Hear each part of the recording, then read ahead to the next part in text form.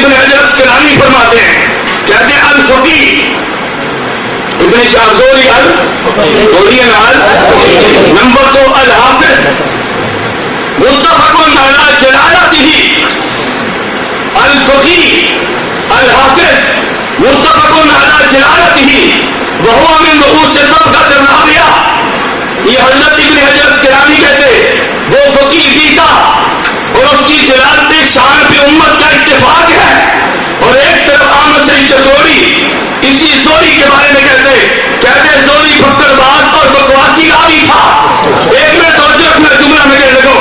اور طبقات الحفاظ صفحہ نمبر 44 پہ امام جلال الدین سیوطی ابن شہاب زوری کا تذکرہ کرتے ہوئے کہتے رواہ عن ابن عمر بجاد رائف ابن شہاب زوری وہ راوی تھا جس نے حضرت انس سے حدیث لی ہے، جس نے جابر سے حدیث لی ہے، ابن عمر رضی اللہ عنہما سے حدیث لی ہے. آگے چلیے امام سیوطی کہتے ورواہ عنہ ابو حنیفہ و مالک عطا بن ابی رباح عمر بن عبد العزیز. وہ اتنا عظیم راوی تھا، حضرت انس سے روایت کرتے، ابن عمر سے حدیث کو وہ بیان کرتے، حضرت جابر سے حدیث کو وہ رہتے اور اس سے روایت لینے والا امام ابو حنیفہ امام مالک عمر بن عبد العزیز ہے. پر گجرا والا کے سنی نوجوانوں میں کہتا ہوں جس سے حدیث امام ابو حنیفہ رہتے زوری یہی اس کو چتوڑی کہتے وہ بکواسی اور پکڑ باز تھا. میں کہتا ہوں نہیں ابو حنیفہ جس سے روایت دیتے پکڑ باز وہ نہیں تھا، پکڑ باز احمد سعید چتوڑی ہے. جیسے روایت امام مالک لیتے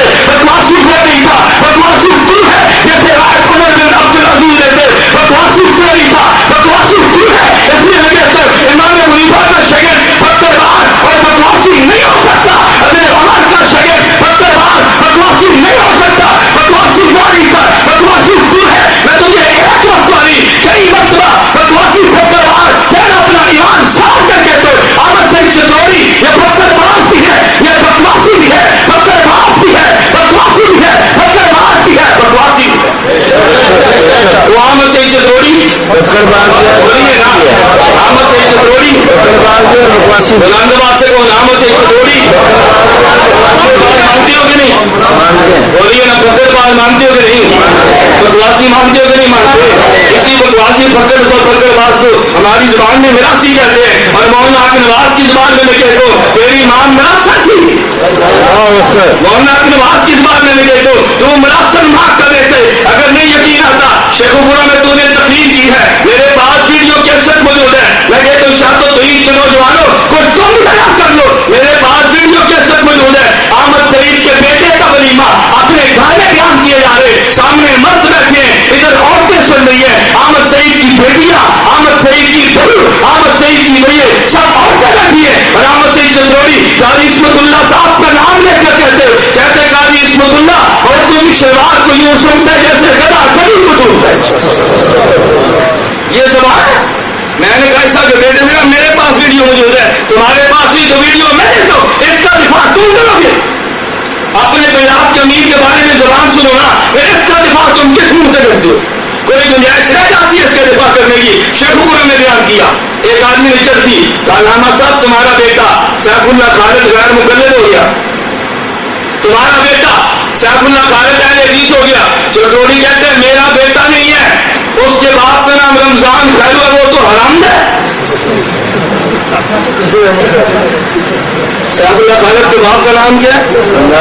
بولیے کیا نام ہے؟ اب میں اہل حدیثوں سے بھی کہتا ہوں، میں نے لاہور میں ایک چیلنج دیا تھا بحمد اللہ تعالیٰ، اس کے بعد اہل حدیث عراق نے بن نام سے مطالعے لکھنا چھوڑ دیا. میں نے چیلنج دیا تھا سیف اللہ خالد اپنے باپ کا نام تو نہ بدلنا، کم از کم اپنے باپ کا نام چلے. مجھے لوگوں نے کہا جی سیف اللہ خالد مذہب بدل گیا ہے. میں نے کہا جو باپ بدل جائے مذہب بدلنا کون سی آپ کی بات ہے؟ میں نظرہ سے بھی کہتا ہوں کچھ آدمی تو کم چلے ہو یار، کوئی کام کے آدمی تم بھی لے لو. جس کو ہم نے رکھ دیا، جس کا باپ حرام زیادہ کہتے تم اسے مناظر اسلام بنا کے اسٹیج پہ لاتے ہو، یہ تمہارے مذہب کے کمال کی دلیل نہیں ہے. کچھ تم بھی خیال کر لو، کچھ تم بھی عقل کر لو، اپنے مذہب کو یوں بدنام مت کرو. چتوڑی کیا کہتے ہیں سیف اللہ خالد کون ہے؟ جو بات میں تمہیں سمجھانا چاہتا ہوں نا، یہ بات تو ٹھیک ہے بھی اس کا بیٹا نہیں تھا رمضان کا بیٹا، یہ تو ٹھیک ہے بات سمجھ آئی. میرا بیٹا رمضان کا سوال رمضان کا ہے تو پھر حرام زیادہ کیسے ہوا؟ نہیں سمجھے؟ میرا عنوان تو کتاب ہے نا، ورنہ میں اس پہ بات کرتا کہ یہ حرامزادہ تھا کیوں، یہ چتروڑی نے بات کیسے کہہ دی ہے. یہ میں اس وقت ہوں گا جب میری اس گفتگو جو والا سیف اللہ خالد چیلنج کرے، میں پھر جواب دوں گا یہ رمضان خیروں کا بیٹا حرامزادہ کیوں ہے. بتانا چاہیے کہ نہیں؟ ارے درست ہونا جب چیلنج یہ ہے. میں اسے کہتا ہوں نا میں بات چیلنج چھوڑ کر جاتا ہوں تاکہ کسی اور کے لیے موقع ملے. ممکن اس نے بھی 2-4 جملے کس آ کر کیا کرے، لیکن الحمدللہ تعالیٰ جب سے میں نے سیف اللہ خالد کو یہ چیلنج دیا نا، بلکہ میں نے لاہور بیان کیا، میں چیلنج کر کے آ گیا. اس کے چند دن بعد یہاں کوٹ عبدالمالک میں غیر مقلدین کا جلسہ تھا. ایک آدمی نے چڑھ دی، سیف اللہ خالد کو نہیں کسی اور مولوی کو چڑھ دی. کافی اس کا جواب دو، کہتے مولانا کے ذاتی مسئلہ حضرت خود جواب دیں گے.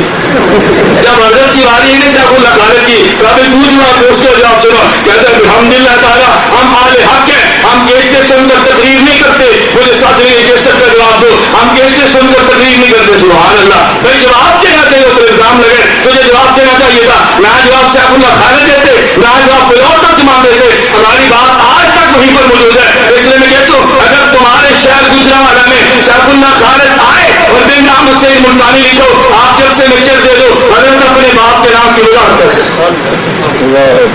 بولتے کرنی چاہیے کہ نہیں. تم چیک کیا آتی ہے کوئی مذہب بدلنے کی وجہ بیان کریں گے، تم کوئی ساتھ باپ بدلنے کی وجہ بھی بیان کر دو، دونوں وجہ اکٹھی بیان کر دو تاکہ دونوں دلائل ہم سن لیں. خیر میں کر رہا تھا ابن شہاب کے بارے میں ایک موقع بھی ہوتا. آگے چلیے ابو حازم کے بارے میں ایک موقع کس کا ہے، کہتے ہیں امام ابو داؤد یحییٰ بن معین ابو داؤد، یہ کہتے ہیں یہ ثقہ تھا. اور حضرت ابن عبد البر کہتے ہیں اجمع علی انہ ثقۃ، امت کا اجماع ہے ابو حازم ثقہ راوی تھا. اور یہ احمد سعید چتوڑی اس کے بارے میں کہتے بے حیا افسانہ گو راوی تھا. میں یہ بات کہنا چاہتا ہوں ابن عبد البر نے جس کو ثقہ کہا اور جس نے ثقافت امت کا اجماع کر دیا، اگر ابو حازم کو تو بے حیا کہتے، میں کہتا ابو حازم بے حیا نہیں، بے حیا تو ہے. بے حیا کون ہے؟ رام دیوا سے بولا کون ہے؟ کون ہے؟ احمد سعید. میں نے چتروڑی کی جیب پر پیش کرنے کا جب حوالہ ہے، میں یہ پیش کروں گا بھی نہیں، لیکن ذرا مسائل میرے پاس آنے دینا، اس وقت میں پیش اور زبر اور زیروں کو انشاءاللہ اس کے نام پر بھی اعراب لگا کر دکھاؤں گا، لیکن ذرا موقع آنے دیں. میں نے آپ سے گزارش کی ہے یہی احمد سعید چتروڑی ابو حازم کے بارے میں کہتے ہیں، ہشام بن عروہ بن زبان کے بارے میں ابن سعد کہتے ہیں ثقۃ ثبت کثیر الحدیث حجۃ والقاتل وفاسق ومعتد. حضرت سیوطی اس کو نقل کرتے ہیں حدیث بن ثابت کے بارے میں ابو حاتم کہتے ہیں صدوق، حجیری نسائی کہتے ہیں ثقۃ، احمد دارقطنی کہتے ہیں ثقہ. تہذیب جلد نمبر 452 پر موجود ہے. صدقہ بن نبی عمران کوفی کے بارے میں قاضی نواز کہتے ہیں صدوق، تقریب جلد نمبر 1 صفحہ 436 پر موجود ہے. ابو حاتم کہتے ہیں شیخ صالح میزان کے اعتراض پہ امام ذہبی صفحہ 240 پر نقل کرتے ہیں. لیکن تو 5 راوی جن کو یہ بے حیا کہتے، جن کو کذاب کہتے اور جن کو پرتان کرتے، امت ان پہ تان نہیں کرتی، امت ان کی توثیق کرتی ہے، ان کو ثقہ مانتی ہے. ہم محدثین کے ضابطے کو مانتے ہوئے ان پانچوں کو ثقہ مانتے ہیں، با حیا مانتے ہیں، عادل مانتے ہیں، حجت مانتے ہیں. اور چتروڑی کو ہم بے حیا، بکواسی، بکروار اور ملعون سمجھتے ہیں. جو فتویٰ ان پر لگائے گا وہ فتویٰ تجھ پہ لگنا چاہیے کہ نہیں؟ آپ سے بات تھوڑی سخت آنے لگی ہے، توجہ اب تھوڑی سی بات سخت. یہ تو 5 وہ تھے نا کہ جن کا احمد سعید نے نام لے کر کہا، باقی روایت وہ تھے جن کا احمد سعید نام نہیں لیتا. جب نام نہیں لے گا حضرت امام بخاری اپنی بخاری میں براہ راست جن سے احادیث نقل کرتا ہے، ابن حجر اسقلانی کی تحقیق کے مطابق ان کی تعداد ہے 310. کتنی تعداد ہے؟ کتنی تعداد ہے؟ یہ کون ہے جو امام بخاری کے براہ راست بخاری میں استاد ہے؟ تعداد کتنی؟ 300. اور وہ راوی جو بخاری کی سند کا آخری راوی ہے وہ بھی تو بخاری میں راوی ہوگا نا، بولتے ہیں. اور جو آخری راوی ہے وہ کون سے راوی ہوگا؟ گانا ہی نہیں تھا بابا. وہ کون سا راوی ہوگا؟ جو بخاری کی سند کا آخری راوی ہے، وہ راوی کون سا ہوگا؟ صحابی رسول. توجہ رکھنا، امام بخاری نے اس صحیح بخاری میں 140 صحابہ اکرام سے حدیث لی ہے. کتنے صحابہ؟ کتنے صحابہ؟ 140 صحابہ. ان میں سے ابو بکر صدیق رضی اللہ تعالیٰ عنہ سے امام بخاری 22 روایتیں لیتا ہے. حضرت عمر بن خطاب رضی اللہ عنہ سے امام بخاری 60 روایتیں لیتا ہے. حضرت عثمان بن عفان رضی اللہ عنہ سے امام بخاری 9 روایتیں لیتا ہے. حضرت علی بن ابی طالب رضی اللہ عنہ سے حضرت امام بخاری حدیثی بخاری میں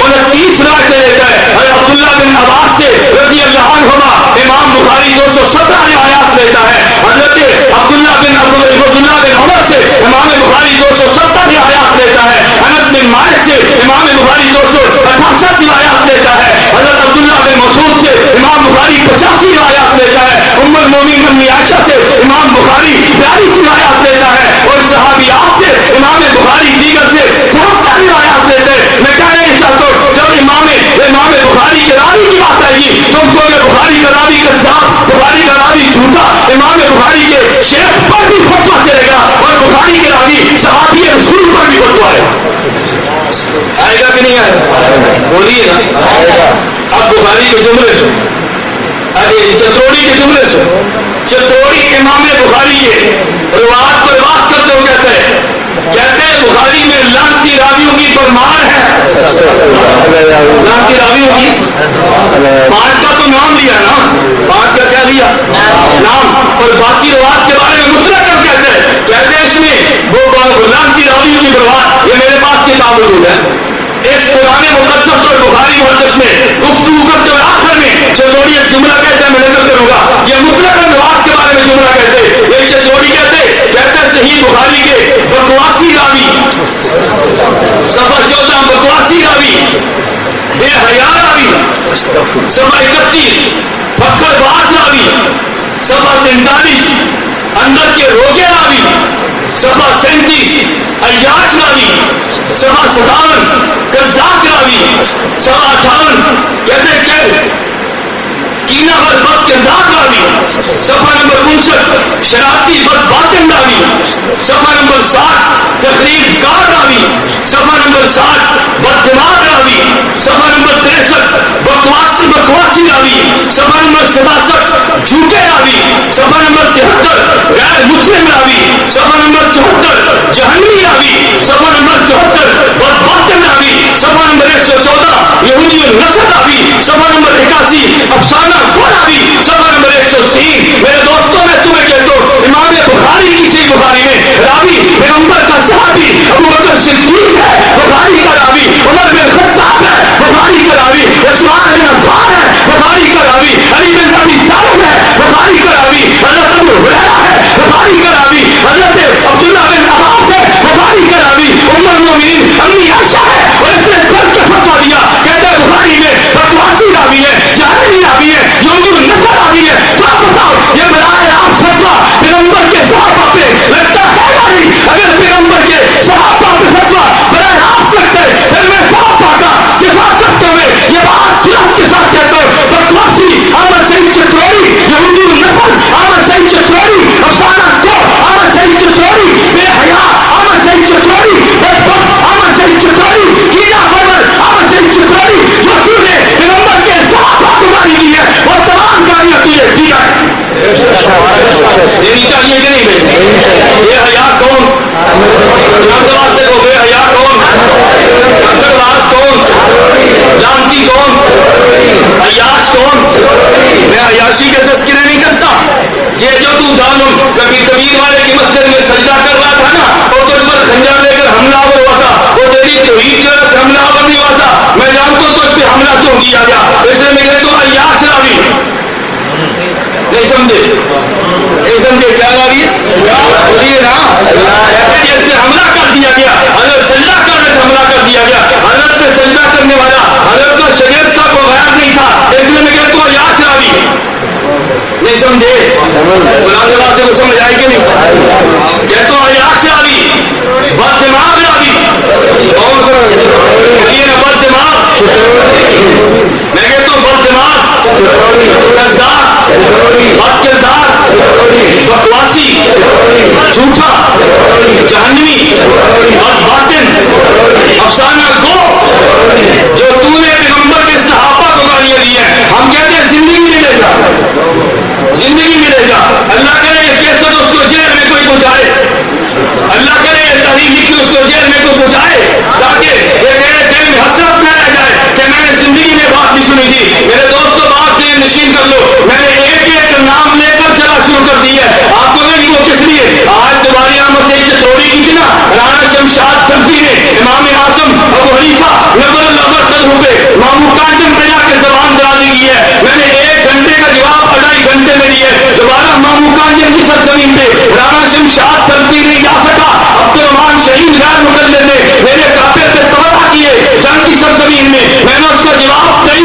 اسی جمعے کے دن عشاء کی نماز کے بعد جنگ کی زمین پہ جواب دیے، احمد سعید چتروڑی نے تبرہ کیے، میں نے اس کا جواب بھی دیے، میں آج بھی کہتا ہوں میرے کافر پہ طالب الرحمان غیر مقلد نے جرح کی ہے، میں اس کا جواب اس کے شہر میں دوں گا، میرے کافر پہ تبرہ زبانی سے غیر مقلد نے کی ہے، میں اس کا جواب اس کے شہر میں دوں گا، مبشر نے جرح میرا کافر پہ لاہور میں کی ہے، میں رب نے چاہتا اس کا جواب میں تمہاری زندگی میں تمہارے شہروں میں دے دوں گا، تم زندگی میں ایریا لڑاتے ہو اور جو تم نے میرے کافر کے خلاف زبان درازی کی ہے، میں اس کا جواب تمہیں دوں گا، تم بتاؤ مجھے جواب دینا چاہیے کہ نہیں دینا چاہیے کہ نہیں؟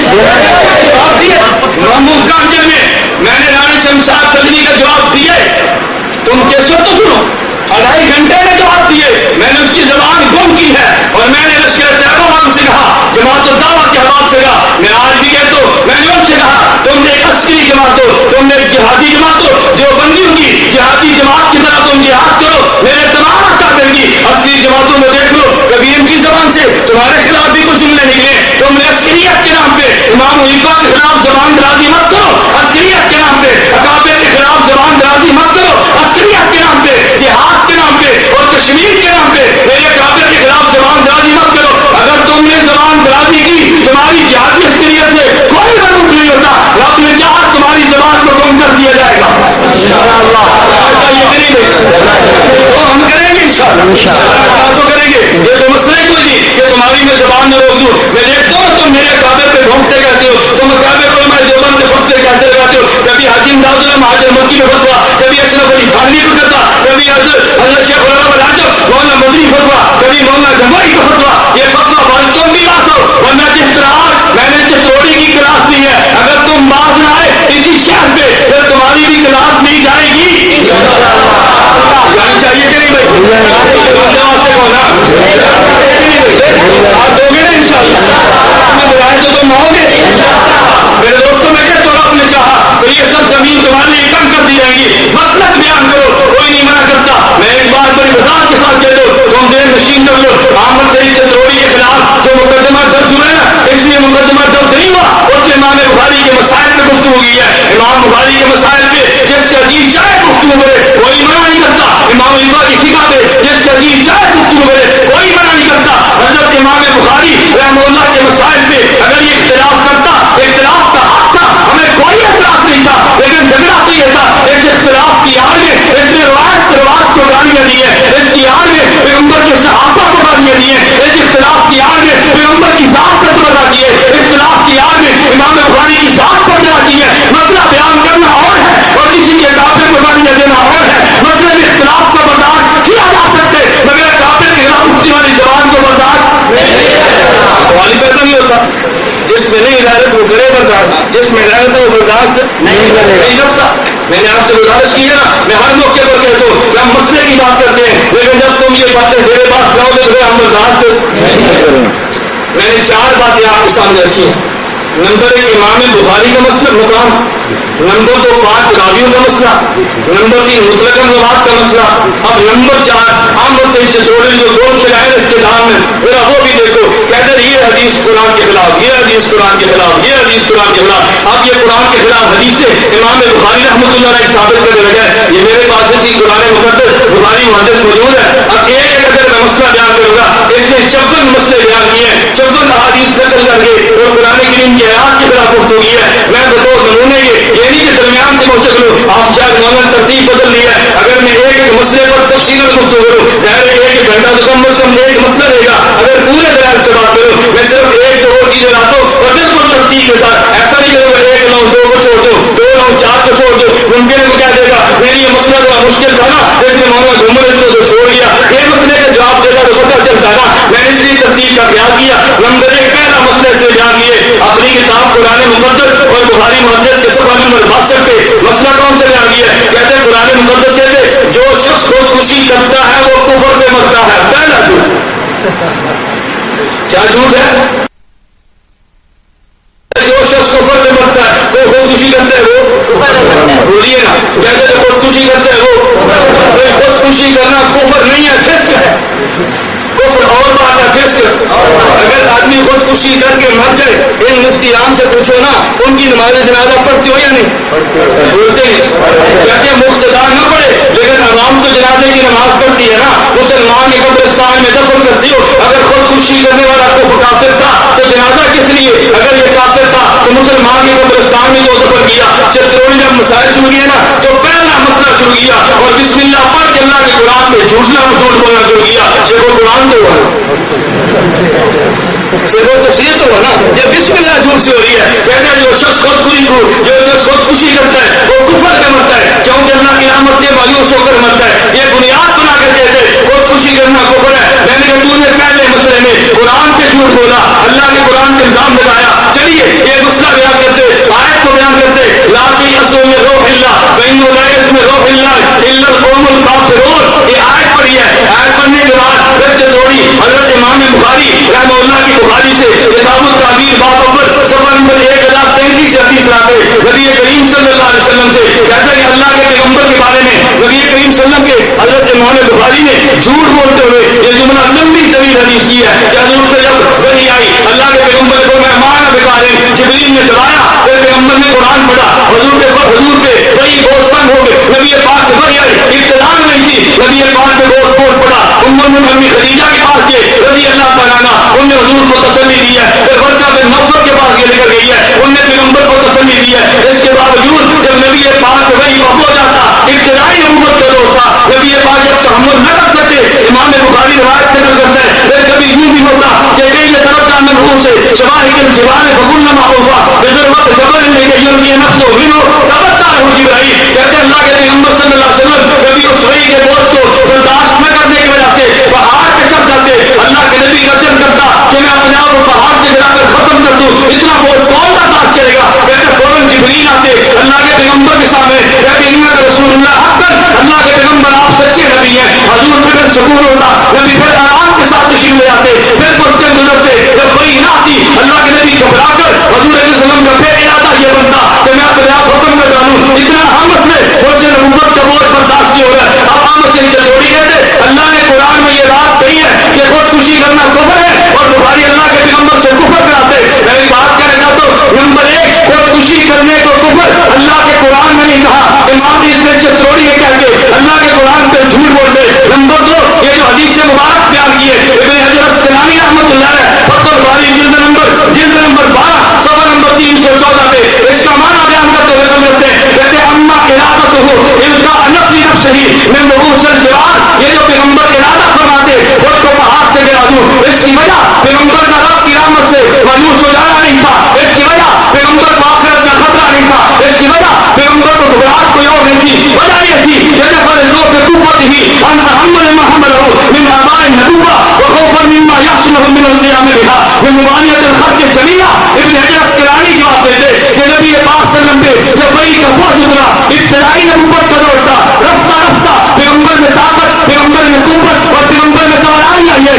جبریل آتا چلا گیا, پیغمبر میں قوت بڑھتی چلی گئی. جبریل آتا چلا گیا, پیغمبر کے مدارج میں ترقی ہوتی چلی گئی. ایک بات پہ نشین کر لو, ایک ایمان ہے نبی کا اور ایک ایمان ہے امتی کا اور ایک ایمان ہے فرشتے کا. فرشتے کا ایمان اور ہے, پیغمبر کا ایمان اور ہے, امتی کا ایمان اور ہے. امتی کا ایمان بڑھتا بھی ہے کم بھی ہوتے, کبھی بڑھ گیا کبھی کم ہو گیا, اور لیکن فرشتے کا ایمان ایک جگہ پہ قائم ہے, وہ کم اور زیادہ نہیں ہوتا. لیکن ایمان ایک ایمان اللہ کے پیغمبر کے یہ ہمیشہ بڑھتا چلا جاتے, ہمیشہ بڑھتا چلا جاتے. جب نبی کا ایمان مسلسل بڑھتا ہے تو پیغمبر کے ایمان میں قوت آتی ہے. اس قوت کا اظہار پیغمبر کے دل پر بھی ہوتے, اس قوت کے اظہار پیغمبر کے وجود پر بھی ہوتے, اس قوت کے اظہار پیغمبر کے تمام اعضاء میں بھی ہوتے. ابن حجر اسقلانی کہتے جب ابتدائی نبوت کا دور تھا حضور پر وحی آ گئی, اس پیغمبر نے نبی کریم صلی اللہ علیہ وسلم ابتدائی بیعت پر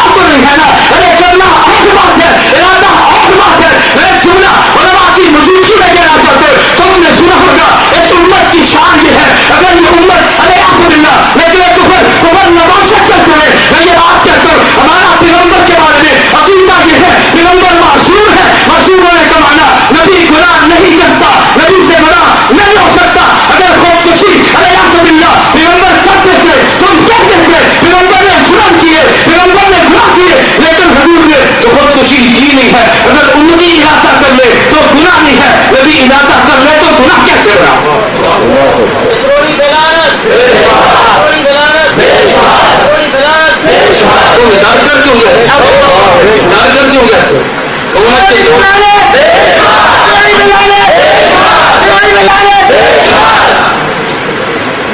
جن نے چتروڑی خلاف پرچہ کاٹا ہے نا وہ بھی اتنی جرت کے ساتھ نہیں کہ چتروڑی خلاف بے شمار جتنا میں کروں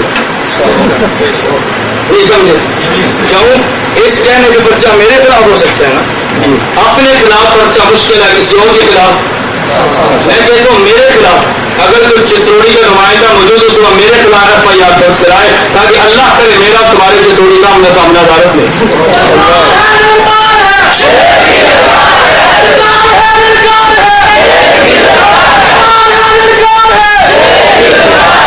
تم ہمت کرو کٹواؤ پرچہ میرے خلاف ہے تو کئی بار کہا میں نے تو کبھی انکار نہیں کیا تم کرو اور میں چتروڑی کا اگر کوئی روحانی بیٹا اگر اس کی ضروریت بیٹھی ہو میرے خلاف پرچہ تم کرو وکیل کی فیس ساری میرے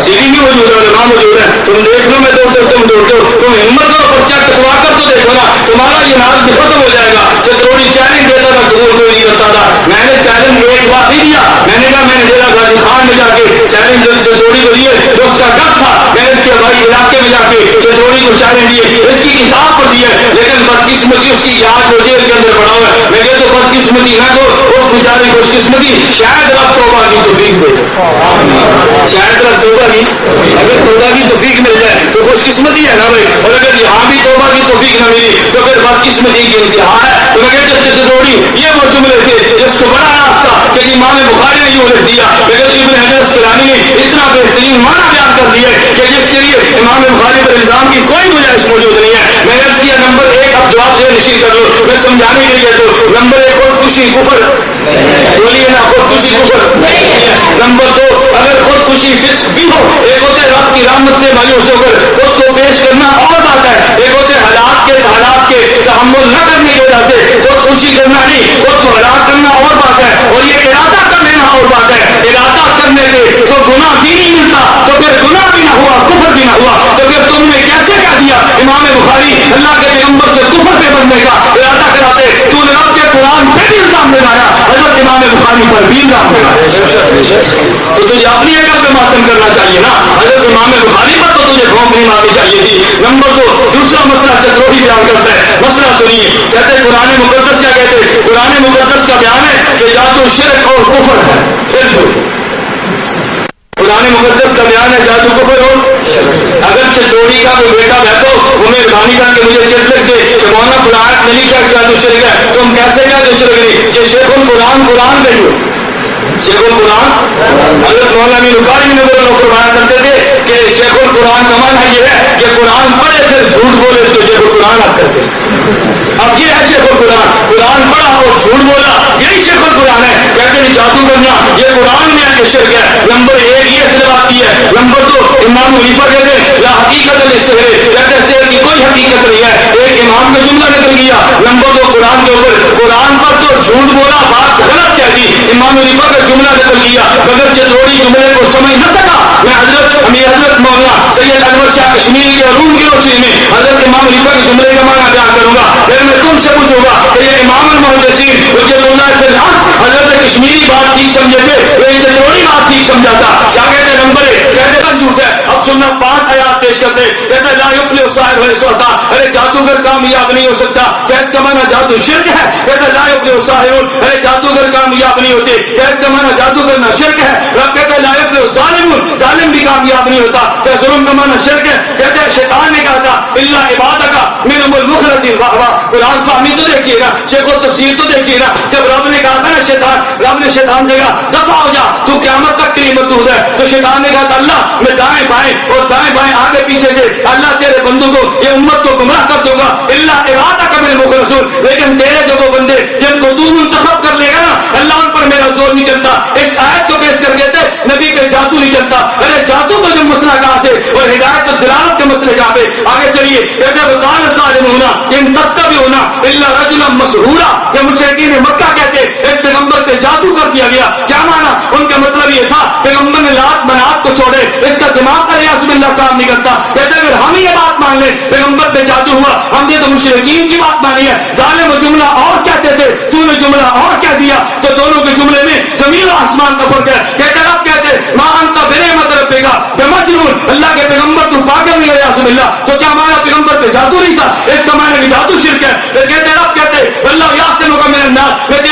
سے حفاظت کروں گا. اس کا کیا مانا کہ جادو شرک ہے. اب دعویٰ کیا کیا کہ جادو شرک ہے. آیت پاک پڑھی ہے, کسی ایک آیت کا تعلق بھی جادو کے شرک ہونے سے نہیں ہے.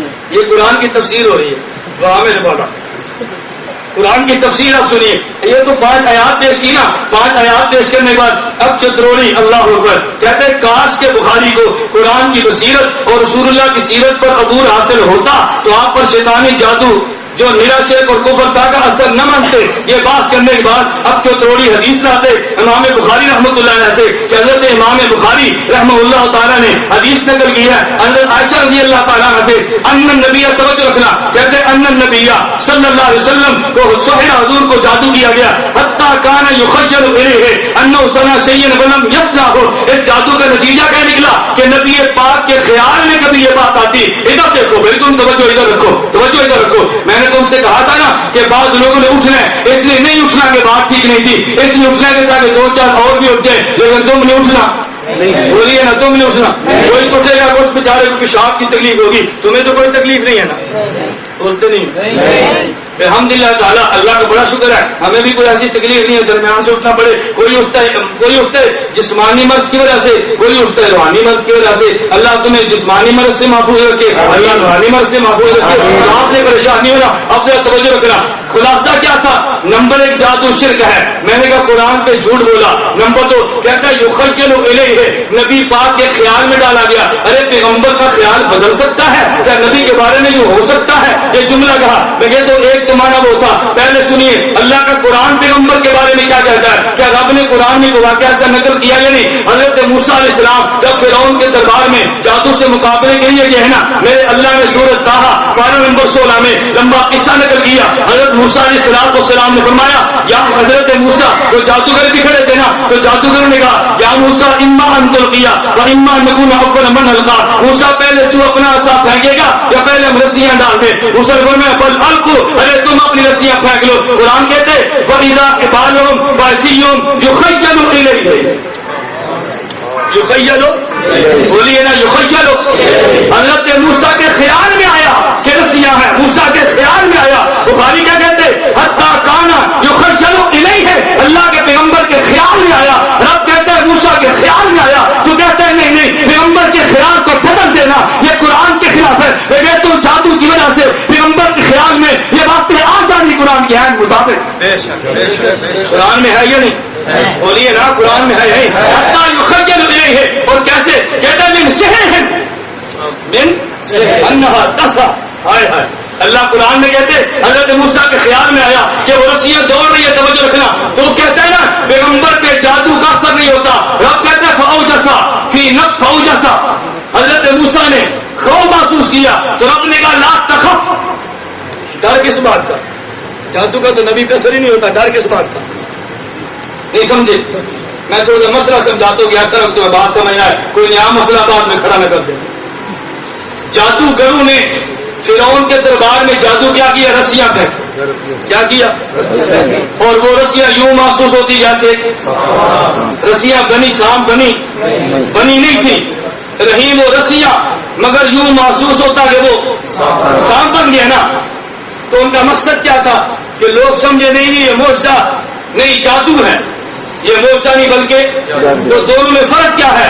معجزے اور جادو میں فرق بیان کرتے ہوئے علامہ انور شاہ کشمیری فیض الباری جلد نمبر 3 صفحہ نمبر 5 478 پہ فرماتے ہیں وَمِنْ هَا هُنَا ظَهَرَ الْفَرْقُ بَيْنَ الْمُعْجَزَةِ وَالسِّحْرِ فَإِنَّ الْمُعْجَزَةَ خَالِيَةٌ عَنِ التَّخَيُّلِ فَهِيَ عَلَى الْحَقِيقَةِ الْبَتَّةِ. حضرت علامہ انور شاہ کشمیری کہتے ہیں معجزے اور جادو میں فرق یہ ہے کہ معجزہ چیز کی حقیقت کو بدل دیتا ہے, جادو چیز کی حقیقت کو نہیں بدلتا, محض خیال کو بدلتا ہے. علامہ انور شاہ کشمیری کہتے ایک تو حضرت موسیٰ نے عصا پھینکا, عصا بدل کے سانپ بن گیا, ان نے رسیاں پھینکی, وہ سانپ بنے نہیں بلکہ سانپ بنتے نظر آئے. یہی بات ام المؤمنین عائشہ کہتی ہے حتی کانا یخیل الیہ انہ صنع شیئا ولم یصنع, کہ خیال میں آ جانا اور بات ہے. جادو خیال بدلتا ہے, ویسا حقیقت بدلتا ہے, ویسا اور ہے جادو, اور ہے ویسا اور ہے جادو, توجہ کرنا, ویسا اور ہے جادو.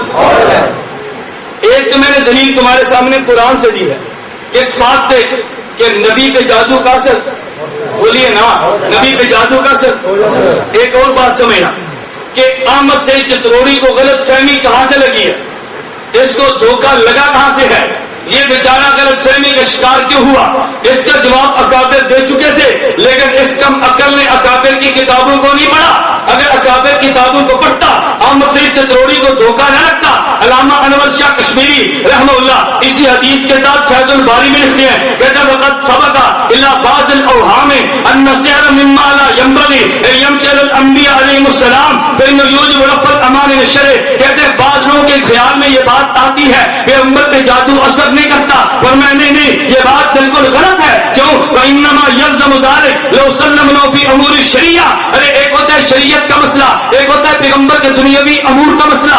اگر جادو پیغمبر پہ کیا جائے پیغمبر کا شرعی مسئلہ متاثر نہیں ہوتا, اگرچہ دنیاوی مسئلہ متاثر ہو جاتا ہے. رب نے پیغمبر کو دنیا میں کھانے کے لیے نہیں بھیجا, پیغمبر کے جسم کی ضرورت ہے, جادو کی وجہ سے ممکن ہے پیغمبر بھول جائے میں نے کھایا یا نہیں کھایا. پیغمبر کو رب نے دنیا میں بھیجا اپنے دین کی تبلیغ کے لیے. جادو پیغمبر پہ ہوا مگر تبلیغ میں کوئی فرق نہیں پڑا. پیغمبر پہ جادو ہوا مگر امور شریعت میں فرق نہیں پڑا. پیغمبر پہ جادو ہوا مگر پیغمبر کی نماز میں فرق نہیں پڑا. کھانے میں بھول جانا یہ بدن کا مسئلہ ہے اور شریعت کا مسئلہ اور ہے. علامہ انور شاہ کشمیری فرماتے ہیں پیغمبر پہ جادو ہوتا ہے اس کا اثر بدن تک رہتا ہے, پیغمبر کی شریعت تک نہیں جاتا. تو بات سمجھ آئی کہ نہیں ہے؟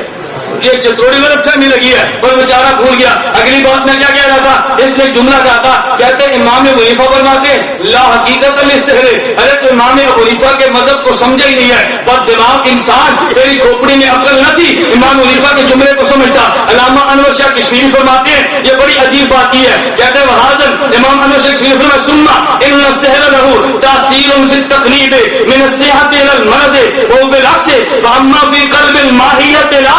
علامہ انور شاہ کشمیری کہتے کہ جادو کی وجہ سے کیفیت کو تو بدلا جا سکتے مگر ماہیت کو نہیں بدلا جا سکتا, حقیقت کو نہیں بدلا جا سکتا, عین کو نہیں بدلا جا سکتا. کیا مانا؟ اگر صحت مند آدمی موجود ہو تو جادو سے اس پہ مرض کو تو ڈالا جا سکتے مگر بندے کو انسان کھڑا بنا دے یہ نہیں ہوتا, بندے کی ماہیت بدل دے یہ نہیں ہوتا. علامہ انور شاہ کشمیری فرماتے کہ جادو ماہیت کو نہیں بدلتا البتہ کیفیت کو بدل دیتا ہے, حالت کو بدل دیتے. فرمایا تم بات کو سمجھو, یہی بات تھی جو اللہ قرآن میں کہتے یخیل الیہ من سحرہم انہا تسع فلم تنقلب الحال جبال الى الحیات. کہتے وہ رسی صاف نہیں بنی ولکن خیل الیہ انہا انقلبت, مگر موسیٰ کے خیال میں آیا کہ بدل گئی حالانکہ بدلی نہیں تھی. کہتے وہذا ما نسب الی ابی حنیفہ ان فی السحر تخیل تخیلا فقط. یہی وہ بات تھی جو امام ابو حنیفہ کی طرف منسوخ کی گئی. لا یرید بہ نفی التاثیر مطلقاً. کہتے ہیں امام ابو حنیفہ نے یہ فرمایا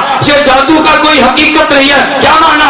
امام صاحب کے جملے کا مانا یہ تھا کہ جادو ماہیت کو نہیں بدل سکتا لیکن کیفیت کو بدل سکتا ہے. امام ابو حنیفہ کا مانا ایک علامہ انور شاہ کشمیری بیان کرتا ہے اور ایک مانا چتروڑ کل بیان کرتا ہے. تیری مرضی مانا امام انور شاہ کشمیری کرے لے اور تیری مرضی تمہارا چتروڑی کرے. تو بات سمجھ آئی کہ نہیں آئی؟ اب تم نے سونا شروع کرنا ہے, بولتے نہیں, سونا شروع کرنا ہے. میں نے آپ سے کہا تھا نا یہ 54 مسئلے ہیں, تم جانتے ہو تو میں 54 پر بحث کروں گا. ابھی تو میں نے تھوڑی سی بات کی ہے, میں تو جماعت سے بات کر رہا ہوں, میں تو زیادہ دلائل بھی نہیں دے رہا تمہاری رعایت کرتے ہوئے. میں اس لیے کہتا ہوں جب میں کبھی رفتار تیز کرتا ہوں نا ساتھی کہتے ہیں بات سمجھ نہیں آتی, رفتار تیز نہ کرو پھر بات پوری نہیں ہوتی. کم وقت میں بعد میں پوری بات کہہ نہیں سکتا نا. آپ جب کیا کریں گے مولانا مسئلے کافی ہو گئے ہیں میں چھوڑ دوں گا یا کسی ایک کو درمیان میں ثابت مان لے, کسی کو مجھ سے مان لے جو مجھے ہاتھ لگا دے وہ بس کر دے. آپ صاحب میری بات سمجھے نہیں, آپ حضرات نے سفر نہیں کیا, میں نے عرض کیا میری عادت نہیں ہے یقین کرو بیان کرنے کی. میں کہ بیان کتنا لمبا سفر کرتا ہوں تم تصور نہیں کر سکتے. تم نے آرام یہاں پر کرنا ہے, میں نے آرام نہیں کرنا. میں نے اس سے بھی آگے ایک اور ضلع میں بیان کے بعد پھر جانا ہے, میں وہاں پر سوں گا, پھر صبح کو میرا ایک لمبا سفر شروع ہوگا. میں اللہ کی ذات پہ بھروسہ کر کے تو میں یہ فخر کی ایسی بات نہیں کہتا, میں یہ بات کہتا ہوں تمہیں درد نہیں اٹھی. جب انسان کو درد اٹھ جائے نا, مزدور پورے دن میں 8 گھنٹے گرمی میں اٹھاتے کیا وہ سمجھتا ہے روزی اسی اینٹ کے اندر شہر رکھ دی ہے, اس کو درد اٹھتے. اگر تمہیں درد اٹھے نا پھر تم بھی سونا چھوڑ دو. اگر درد اٹھتے اس بدعت اس ضلالت کے خلاف تم بھی میدان میں نکلو. آج تک تم نے جو احتجاج کیے اس چتوڑی کو سزا ہونی چاہیے. آج تک تم نے اخبارات میں بیان دیے چتوڑی کو سزا ہونی چاہیے. آج تک کس نے نہیں کہا؟ میں تم سے پوچھتا ہوں اس کے خلاف احتجاج کرنا چاہیے کہ نہیں بھائی؟ سے احتجاج کرنا چاہیے کہ نہیں؟ تم نے کہہ دو کم از کم چھوٹا موٹا احتجاج کر کے اخبارات پہ ریکارڈ ہی کرا دو یہ دیوبندی نہیں ہے، یہ پیغمبر کا گستاخ ہے، پیغمبر کے صحابہ کا گستاخ ہے. احتجاج کر دو. ممکن ہے تمہارا احتجاج اس ظالم کی سزا کے اندر ممت اور معاون ثابت ہو جائے. کچھ تمہارا بھی حصہ ناموس پیغمبر کے اندر شامل ہو جائے گا. چلو ناموس پیغمبر کے لیے اگر جیل نہیں کاٹ سکتے تو پیغمبر کا گستاخ جو جیل کاٹتے اس کی جیل کو پکا تو کر سکتے ہو نا. یہی تمہارا حصہ ناموس پیغمبر کے لیے ہو جائے گا. کچھ کر لو گے یا نہیں بھائی؟ کچھ کر لو گے یا نہیں کرو گے؟ ایک دو بیان کر دو. بڑا سوال آ لو آگے. میں مولانا سے نہیں کہہ رہا ہوں، مجھے مولانا نے فون کیا تھا حضرت چتروڑی نے بڑی زبردست باتیں لکھی ہیں. میں نے کہا زبردست نہیں بابا لکھی، جب وقت آئے گا میں بحث کروں گا پھر تمہیں پتہ چلے گا چتروڑی غلط بات کہتا ہے یا ٹھیک بات کہتا ہے. چتروڑی غلط بات کہہ توجہ رکھنا. آپ ادھر دیکھو چتروڑی غلط بات کہتے تھے. آگے سنو اس نے تیسرا مسئلہ پھر بیان کیا. چتروڑی تیسرا مسئلہ کون سا بیان کرتے؟ کہتے ہیں قرآن مقدس میں ہے، قرآن پاک کا اعلان ہے لا اللہ کسی کی مثل ہے نہ کوئی اللہ کی مثل ہے. لیسا کمثلہ شیء، کوئی اللہ کی مثل نہیں ہے. اور امام بخاری نے کہتے ہیں ارے اعوذ باللہ، حضرت امام بخاری ایک حدیث بیان کرتے ہیں. اس حدیث میں تبصرہ کروں گا جو چتروڑی لکھی ہے. وہ حدیث کون سی ہے؟ حضرت ابو ہریرہ رضی اللہ تعالیٰ عنہ فرماتے ہیں، کہتے ہیں حضرت اللہ رب العزت نے فرمایا من عادانی ولیًا فقد آذنت بالحرب، جو میرے ولی کے ساتھ عداوت رکھتا ہے میں رب اس سے اعلان جنگ کرتا ہوں. وما تقرب الی عبدی بشیء احب الی مما افترضت علیہ ولا یزال عبدی یتقرب الی بالنوافل حتی احببته. میرا بندہ مسلسل نفل پڑھتا ہے، بندہ میرے قریب ہو جاتا ہے، اتنا قریب ہوتا ہے اتنا قریب ہوتا ہے. کہتے ہیں وکنت سمع الذی یسمع به، وہ کان بن جاتے جس سے میں رب سنتا ہوں. وہ بصر الذی یبصر به، میں اس کی آنکھ بن جاتا ہوں جس سے وہ بندہ دیکھتے. ویدہ الذی یبطش بها، میں اس کا ہاتھ بن جاتا ہوں جس سے بندہ پکڑتا ہے. ورجلہ الذی یمشی بها، میں اس کا پاؤں بن جاتا ہوں جس سے بندہ چلتے. یہ امام بخاری نے روایت بیان کی ہے. چتوڑی اس روایت میں تبصرہ کرتے ہوئے کہتے امام بخاری کہتے اللہ پاک بندے میں حلول کر کے اس کے اعضاء بن جاتے. تو انہیں چتوڑی امام امام بخاری پہ بہتان باندھے. امام بخاری حلول کا قائل نہیں تھا، وہ قطعاً نہیں کہتا اللہ بندے میں حلول کر جاتے. امام بخاری حدیث بیان کرتے لیکن حدیث کے معنی بیان کرنے کے لیے کچھ عقل بھی تو چاہیے نا. حدیث بیان کی امام بخاری نے مگر تجھے اس حدیث سے مبارک کا معنی نہیں آیا. حضرت امام بخاری جو حدیث بیان کرتے اللہ اس کا ہاتھ اور پاؤں بنتے. اس کا مطلب کیا ہے؟ علامہ انور شاہ کشمیری فیض الباری میں اس حدیث کا معنی بیان کر فرماتے ہیں اما علماء شریعت فقالوا معناه ان جوار العبد تسير تابعه للمرزات الالهيه حتى لا تتحرك الا على ما يرضى به ربه.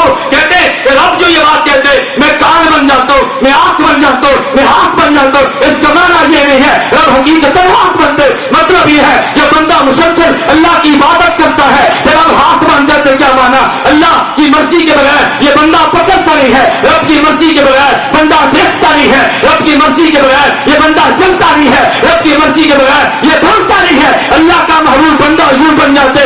یہ بولا جب رب نے چاہا، اس نے پکڑا جب رب نے چاہا، یہ چلا جب رب نے چاہا. پھر نسبت اللہ کی طرف کیوں کی ہے؟ علامہ انور شاہ کشمیری کہتے فیضا کانت غایتا سمع ہی و بصر ہی و جوار ہی کلھا هو اللہ سبحانہ وتعالی فإن صح ان يقال انه لا يسمع الا له.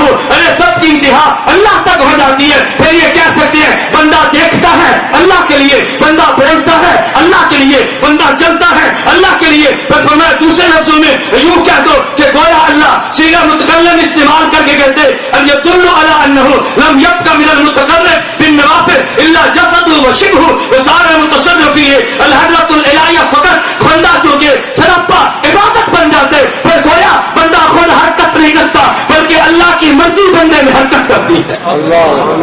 بندہ حرکت نہیں کرتا بلکہ اللہ کی مرضی حرکت کرتی ہے. اس کو رب نے یوں تعبیر کیا میں بندے کی کان اور آنکھ بن جاتا ہوں. اچھا ایک جملہ میں علماء کرام کے لیے کہتا ہوں، یہ جو احمد سے چتروڑی غلط فہمی ہوئی ہے نا، یہ غلط فہمی امام زابی کو بھی ہوئی تھی. توجہ رکھنا، امام زابی کو بھی. دونوں میں فرق کیا ہے؟ میں ساتھ کہتا ہوں جو بندیت کا مزاج کے سمجھو، یہ بڑی عجیب بات میں کر رہا ہوں، اللہ کرے بات سمجھ آ جائے. حضرت حاجی امداد اللہ مہاجر مکی اللہ ان کی قبر پہ کروڑوں رحمتیں نازل فرمائے. آپ تھوڑی دیر پیچھے دے دیں, جب تھک جاؤ گے مجھے بتانا. آپ رات کو میرے بیان کا شاید اندازہ نہیں ہے, میرے بیان کے دوران کچھ سوئے تو میں غصے نہیں ہوتا, میں کہتا ہوں تھوڑی دیر بیٹھ جائے, بیچارہ سو رہے, اٹھے گا پھر شروع کر لیں گے. پھر ساتھی اس کو اٹھاتے ہیں. اگر بیان میں کوئی دائیں بائیں دیکھے تو میں غصے نہیں ہوتا, میں وقت دیتا ہوں تھوڑی دیر دیکھ لو, تم تھک گئے ہو نا مجھے دیکھ کر, تھوڑی دیر دائیں بائیں دیکھ لو, جب پھر مجھے دیکھ لو پھر بات شروع کر دیں گے. بتاؤ بھی شروع کریں. دیکھ لیا.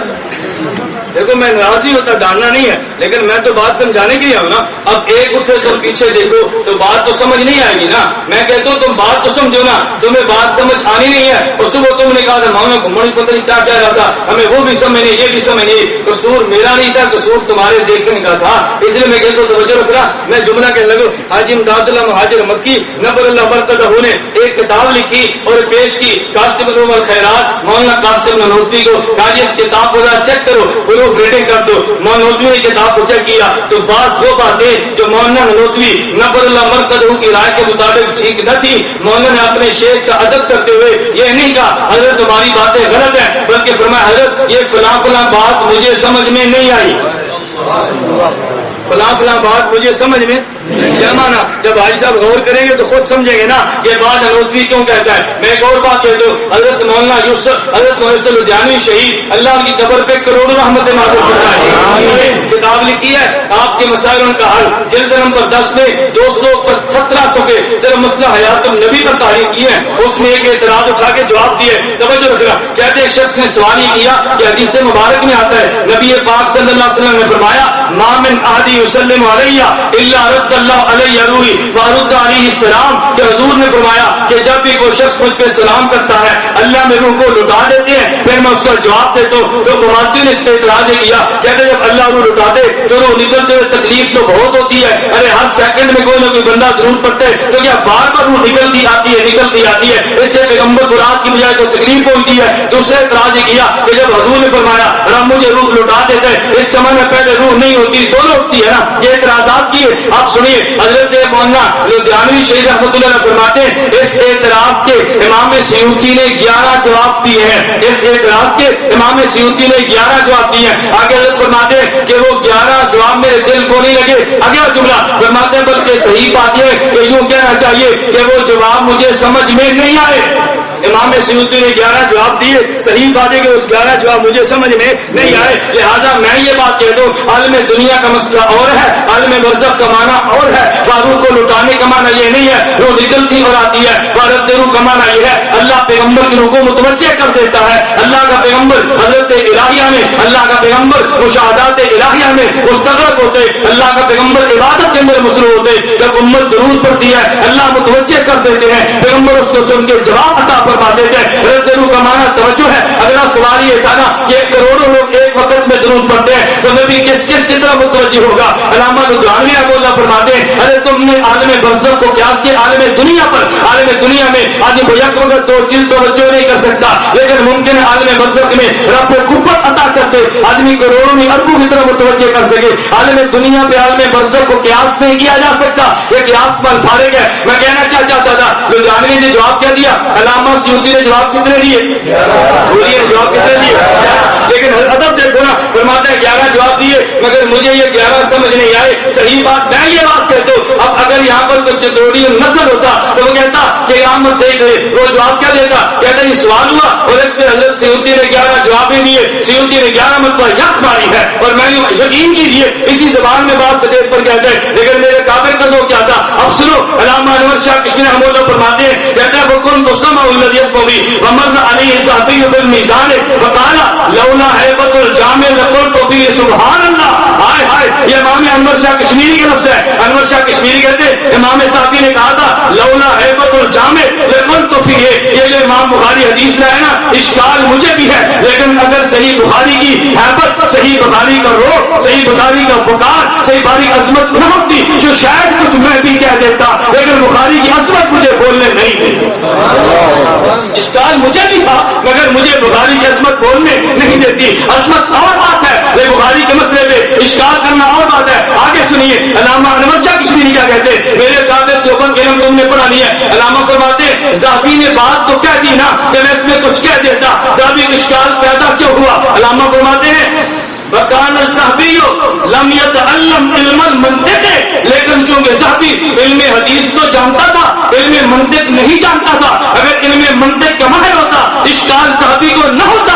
میرا انور شاہ کشمیری علم الحدیث کا بھی امام تھا, علم منطق فلسفے کا بھی امام, اس لیے وہ دونوں طرح بات کو سمجھتا. تو میں نے عرض کیا اب دیکھو حدیث کا معنی کیا تھا, لیکن اس نے تھوڑی نے معنی کون سا بیان کر دیا, تمہارا غلط بیان کیا نا, معنی غلط اس نے نکل گیا. یہ وہ بات تھی جو میں نے عرض کیا. اب میں نے کہا میں ایک نمبر بات اسی طرح اگر بات ذکر کرتا چلا جاؤں گا نا, ایک میں چلے آخری بات کہتا ہوں. وہ جو بات ذرا تھوڑی سی مشکل سی ہے نا, وہ چتروڑی کا بڑی علم کی اہمیت ہے. چتروڑی حدیث نقل کرتا ہے, پہلے قرآن کی آیت پیش کرتا ہے. اب قرآن فہمی سنیے, کہتے اللہ کہتے لیسا کمثلہ شیء, اللہ ہر کسی اللہ کی کوئی مثل نہیں ہے, رب مشابہت سے پاک ہے. اس کے مد مقابل حدیث آیا, یہ حدیث حضرت امام بخاری کہتے ہیں عن ابی سعید الخدری قال النبی صلی اللہ علیہ وسلم, اللہ کے پیغمبر نے فرمایا تکون الارض یوم القیامت خبزۃ واحدہ, قیامت کے دن یہ پوری زمین ایک روٹی بن جائے گی. یتکفلھا جبار بیدہ, اللہ اپنے ہاتھ سے اس کو تیار کرے گا. کما یتکفل احدکم خبزۃ بالسفر,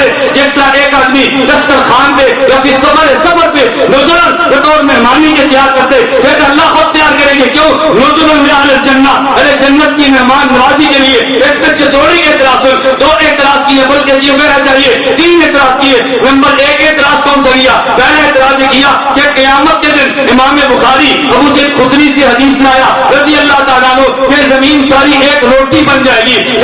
کہتے روٹی بن جائے گی. اللہ قرآن میں کہتے والارض جميعا قبضته, اللہ کہتے زمین اللہ کے قبضے میں ہے, یہ کہتے زمین روٹی بن جائے گی. ارے گجرانوالہ کے نوجوانوں مجھے بتاؤ اس آیت حدیث میں کیا ٹکراؤ ہے؟ اللہ قرآن میں کیا کہتے والارض جميعا قبضته يوم القیامہ, کہ یہ جو زمین اللہ کے قبضے میں ہے ادھر کا زمین روٹی بن جائے گی. تو کیا روٹی بن جانے سے اللہ کے قبضے سے زمین نکل جاتی ہے؟ بولیے یہ قرآن کے خلاف ہے. سبحان اللہ, یہ قرآن کے خلاف ہے. قرآن فہمی تو ہوا نا, شیخ و تفسیر تو ہوا نا, اور یہ جو آخر میں اعلان کرتا ہے نا, یہ علامہ سعید کا شگرد یہ کہتا ہے سبحان اللہ, اللہ سمجھ اللہ فرمائے, کہتے ہیں مدرسہ جامعہ معاویہ نور القرآن جس جامعہ میں حفظ و نازلہ ترجمہ تفسیر بڑی محنت سے پڑھائی جاتی ہے. اس سال سے درجہ کتب کا اجرا بھی کیا گیا ہے. نیز مقامی بچیوں کو بھی تفسیر آسن انداز سے پڑھائی جاتی ہے. تفسیر القرآن امام انقلاب کی طرز پر پڑھائی جاتی ہے.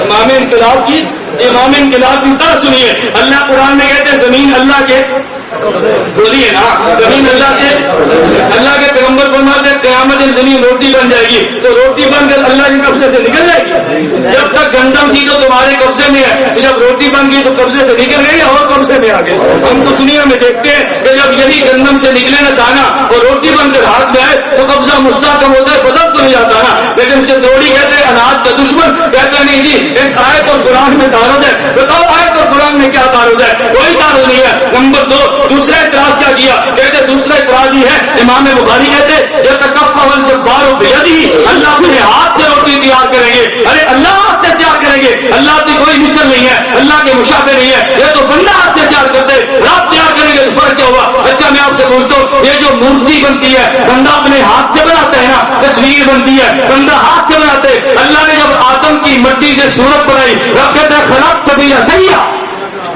بولیے نا خلق تو, بولیے نا خلق تو. جو آدمی ہاتھ سے بناتا ہے نا تو رب کہتے ہیں خلق تو بیدیا. پھر کہہ دینا قرآن بھی غلط ہے. اب یوں کہہ دے اگر یہ حدیث یتکفل جبار بیدہ یہ قرآن کے خلاف ہے, پھر خلق تو بیدیا آیت بھی قرآن کے خلاف ہوگی نا. اگر آیت کا معنی کیا جا سکتے تو پھر بخاری کی حدیث کا معنی بھی کیا جا سکتے. خلق تو بیدیا کا معنی رب کہتے ہیں میں نے اپنی قدرت سے آدم کو بنایا, تو رب اپنی قدرت سے اس پوری زمین کو مٹی بنا دیں گے. آیت کا معنی بھی ٹھیک ہے, حدیث کا معنی بھی ٹھیک ہے, مگر چتروڑی کی فہم قرآن سمجھنے سے خالی ہے. دو اعتراض کیے نا. تیسرا اعتراض کیا تھا؟ تیسرا چتروڑی تیری عقل پہ قربان ہے. تیسرا اعتراض کہتے ہیں قیامت کے دن اللہ جنت میں جنت کی نعمتیں دیں گے, اور بخاری کہتے ہیں اللہ زمین یہ مٹی والی زمین دے گا. ارے کہاں زمین والی مٹی, کہاں جنت کی نعمتیں. جنت کی مٹی کے سامنے زمین کی روٹی کی کیا حیثیت ہے. اللہ قیامت کے دن جنت میں مہمان نوازیاں کریں گے تو جنت کے پھل ہوں گے, جنت کی حوریں ہوں گی, جنت کے غلمان ہوں گے, یہ ساری جنت کی نعمتیں ہوں گی. اور یہ کہتا نہیں یہ روٹی دنیا والی زمین بنا کر دے گا. اور میں کہتا ہوں کم عقل, اللہ تجھے عقل عطا فرماتا, تو نے حدیث مبارک پہ غور ہی نہیں کیا. اللہ کے پیغمبر فرماتے تکون الارض یوم القیامہ, تکون الارض یوم القیامہ. قیامت کے دن جنت میں جاؤ گے یا بعد میں جنت میں جاؤ گے؟ اور قیامت کا دن تو حساب کتاب کا دن ہے. قیامت کا دن حساب کتاب کا دن ہے نا. جب حساب کتاب ہوگا تو یہ بھوکے رہیں گے, کچھ کھائیں گے نہیں, بولتے نہیں. اور اگر تمہارے یہاں وفاق المدارس کے امتحان کا انتظام کرے اور 4 گھنٹے امتحان پہ لگ جائیں تو درمیان میں پانی تو نہیں نہ پینے دیتے. بھائی پانی کا انتظام کیا جاتا ہے نا, 4 گھنٹے پانی بھی پلا دو. تو جب مومن وہاں پہ ہوں گے, ولی وہاں پہ ہوں گے, نبی وہاں پہ ہوں گے, حوض کوثر تو اللہ دے گا پینے کے لیے, حوض کوثر تو اللہ دے گا تو کھانے کے لیے. تکون الارض یوم القیامت خبزۃ واحدہ, تکون الارض یوم القیامت خبزۃ واحدہ. اور یہ میں نہیں کہتا, یہ سنو امام بخاری کی حدیث مبارک کی شرح میں کہتا ہوں, یہ نہیں بخاری ساتھ حاشیہ پڑھ لیتا نا. کہتے ہیں جو ہے نا اللہ رب العزت یوں فرمائیں گے معناہ ان اللہ عز وجل یجعل الارض کالرخیف العظیم الذی هو عادۃ المسافرین لیأکل المؤمن تحت قدمہ حتی یفرغ من الحساب.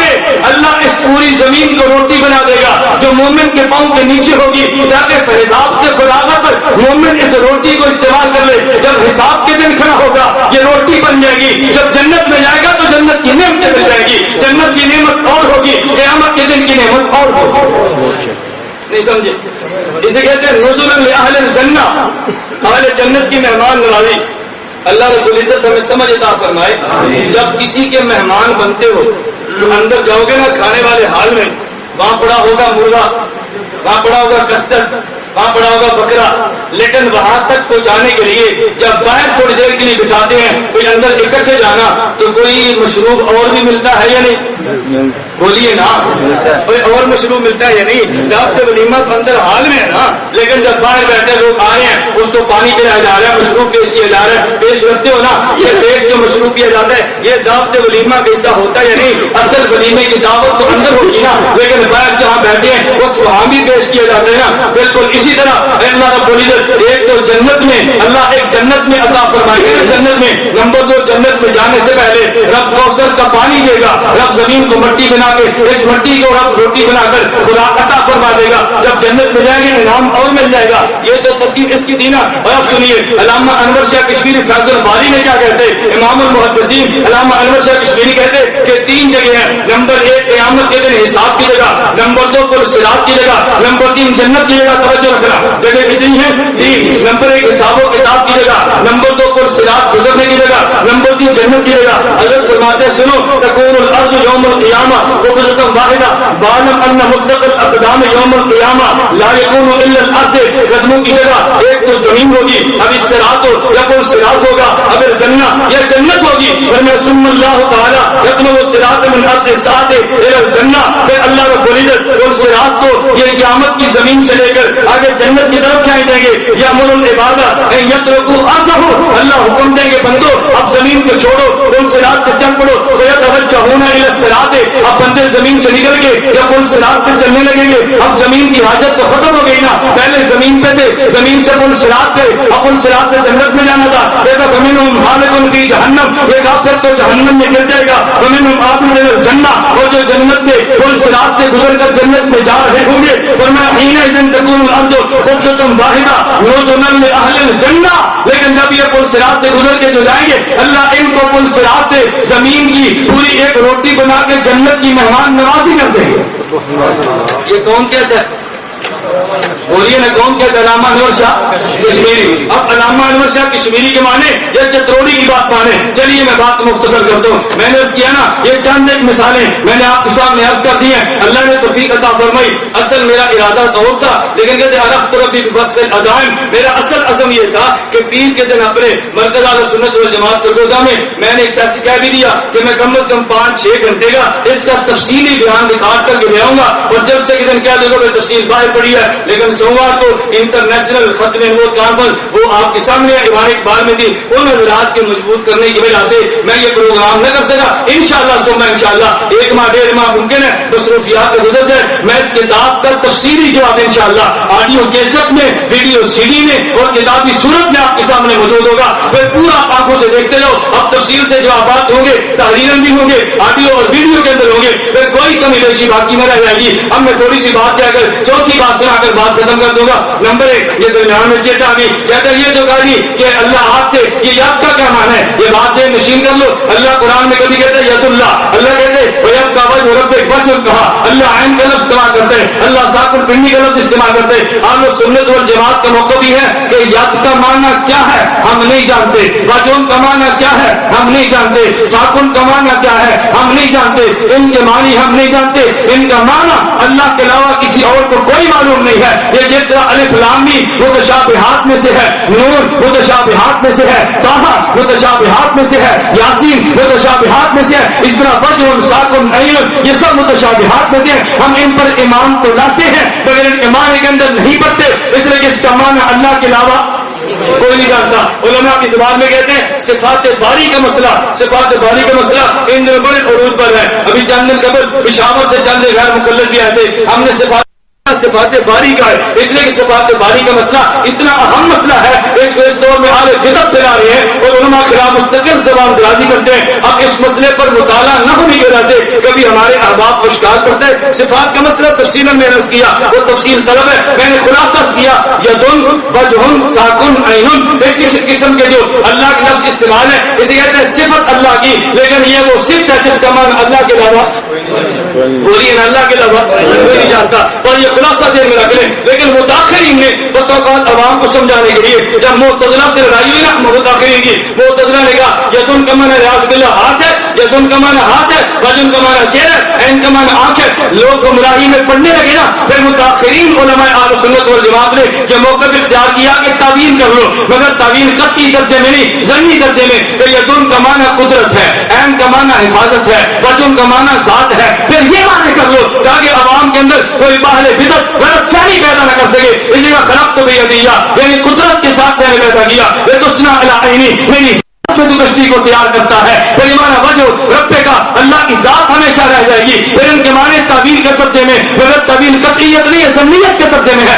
اب یہ علمی بات ہے نا, اس لیے اس کو سمجھانے کو وقت چاہیے. اللہ نے توفیق عطا فرمائی. یہ تفصیل مسائل سے پاس آتے رہیں گے. میں اب آخری بات کہتا ہوں, میں نے آپ سے گزارش کی تھی, احمد سعید چتروڑی نے یہ سب کچھ کیا, لیکن سب سے بڑا جرم جو احمد سعید چتروڑی اس کتاب میں کیا, اللہ آپ سب کو محفوظ فرمائے. نمبر 1, یہی چتروڑی بخاری شریف کے راویوں پر گفتگو کرتے ہوئے ایک جملہ حتمی درجے میں کہتے اللہ محفوظ رکھے. بڑا عجیب جملہ کسا, میں نے عرض کی تھی نا, بخاری کے راویوں میں 140 راوی پیغمبر کے صحابہ رضی اللہ عنہم اجمعین ہے. بخاری یہ کہتے ان صحابیوں پر روایت پر گفتگو کرتے ہوئے کہتے امام بخاری معصوم عن الخطا, تو امام بخاری بھی نہ تھے, لہذا امام بخاری کو متون کرنے کی بجائے یہ سارا کام روان پر آتے جو اکثر قرآن فہمی سے کورے تھے, جو اکثر قرآن فہمی سے یعنی اکثر راوی قرآن فہمی سے کورے تھے یا بد باطن ہونے کی وجہ سے امام سر قدر و قیمت میں خسارہ کے باعث بنے. اب تم بد باطن کہہ دو گے ان راویوں کو, اس میں پیغمبر کے صحابہ بھی ہیں, قرآن فہمی سے کورے کہہ دو گے بخاری کے راویوں کو, اس میں پیغمبر کے صحابہ بھی ہیں. پھر پیغمبر کی ذات پر ارے اعوذ باللہ نقل کفر نواشت جامع سے چتروڑی نے توہین امیر جملے سنے, وہ جملے بغیر کسی تبصرے کے سماعت فرمائے. چتروڑی نے مسئلہ بیان کیا. مسئلہ کون سا تھا؟ مسئلہ یہ تھا کہ حضرت رسول اللہ صلی اللہ علیہ وسلم کے چچا ابو طالب کی موت کو کفر پر آئی ہے. اس میں چتروڑی نے جھوٹ بولا. جیسے قرآن میں صاف موجود ہے, جب پیغمبر نے ابو طالب کو دعوت دی ہے اس نے قبول نہیں کیا, کفر پہ مرا ہے. ابو طالب کا کفر پہ مرنا یہ صراحتاً قرآن میں نہیں ہے. احمد سعید چتروڑی نے جھوٹ بولا ہے. پھر اگلی بات کہتے ہیں اللہ نے منع کر دیا تھا پیغمبر کو مشرک کے لیے استغفار نہیں کرنا. پھر بخاری روایت کیوں لاتے؟ اللہ کے پیغمبر نے فرمایا قیامت کے دن میری شفاعت ابو طالب کو ملے گی اور شفاعت کا نتیجہ یہ ہوگا فَيُجْعَلُ فِي زَحْزَاحٍ مِّنَ النَّارِ يَبْلُغُ كَعْبَيْهِ يَغْلَى مِنْهُ دِمَاغُهُ. کہ ابو طالب کو رب جو عذاب دے گا اس کو جوتا آگ کا پہنا دیا جائے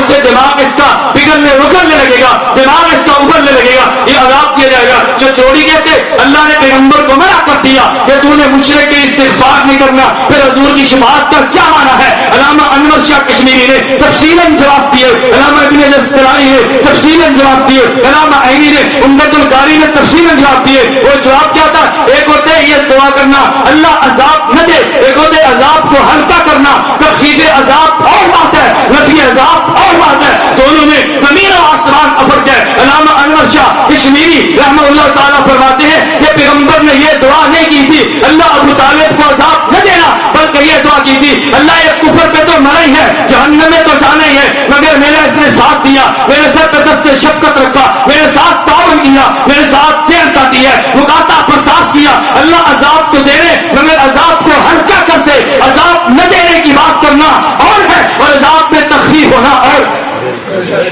تخفیفی عذاب اور نفی عذاب اور. تو یہ تو نہیں کہا تھا عذاب ہوگا ہی نہیں, بلکہ کیا تھا عذاب ہوگا مگر ہلکا ہوگا نا, ہلکا ہوگا. میں کہتا ہوں اگر اس میں عقل ہوتی نا تو اعتراض کے لیے اور آیت پیش کرتا. آپ کو مولانا تو نے نئی بات چھیڑ دی ہے. میں کہتا ہوں بحث پھر لمبی ہونی ہے, اصل آیت اور تھی مگر شیخ التفسیر کو آئے تو پھر بات کرے. اصل اعتراض کیا تھا؟ اگر اعتراض کرنا بھی تھا نا, اعتراض وہ کرتا جو حضرت شیخ الدین مولانا زکریا نفر اللہ برکت ہوئے الکنز المتواری میں اعتراض اٹھا کر جواب دیے. وہاں میں اپنے قابل کو سچ کے جاؤں جو اعتراض ہو سکتے تھے وہ جوابات دیتے چلے گئے. علامہ شیخ الحدیث زکریا نفر اللہ برکت ہوئے الکنز المتواری میں جواب دیا, کہتے ہیں اس حدیث پہ بظاہر اعتراض یہ ہو سکتا ہے کہ پیغمبر نے فرمایا میری شفاعت کی وجہ سے قیامت کے دن ابو طالب کے عذاب میں تخفیف ہو جائے گی. اللہ قرآن میں کہتے لا یخفف عنہم العذاب, کافر سے عذاب ہلکا نہیں ہوگا. اعتراض کے اس آیت کو پیش کرنا چاہیے تھا نا, اس آیت کو تو نے پیش نہیں کیا, تیرے علم میں نہ تھی.